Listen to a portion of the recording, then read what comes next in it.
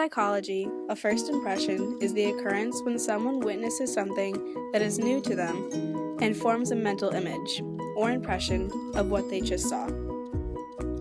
That impression varies depending on the person and the object being observed, where it can fluctuate due to age, sex, and a large factor being one's views on society.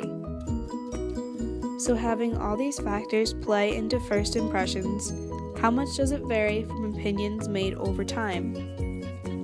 In Malcolm Gladwell's book Blink, he states, "The first task of Blink is to convince you of a simple fact. Decisions made very quickly can be every bit as good as decisions made cautiously and deliberately." Here he is saying that first impressions can in fact help us make sense of the world around us. This is because with past experiences and the fact that one has a strong belief in something, whether it be religion or a political standpoint, our brains are able to tell us exactly what we think, whether we are ready for it or not. The way in which we make these first impressions is based off of what we have seen, heard, and experienced in the past.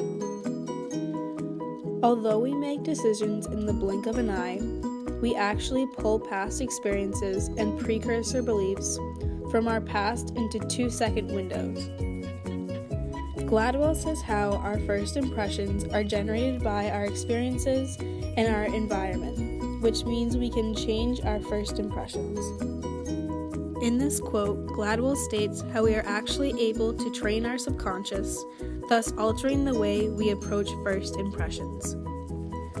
Some researchers asserted that people make up their minds about others they have just met within the first 2 minutes.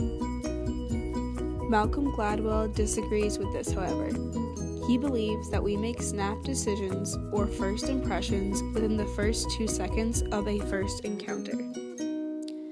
This was proven through the teacher's test, where you take a 2-second long silent video of a teacher and the students have the same assumptions of the teacher as the longer timed video. In Drew Weston's The Political Brain, his view on the subconscious is how you don't have to be brain damaged to be unaware of why you do most of the things that you do, or, for that matter, how you do them.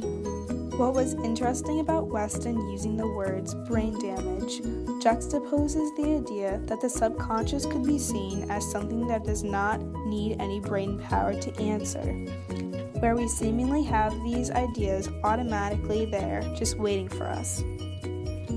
First impressions are a psychological phenomenon that can happen in the blink of an eye due to the power of the subconscious brought by files of past experiences.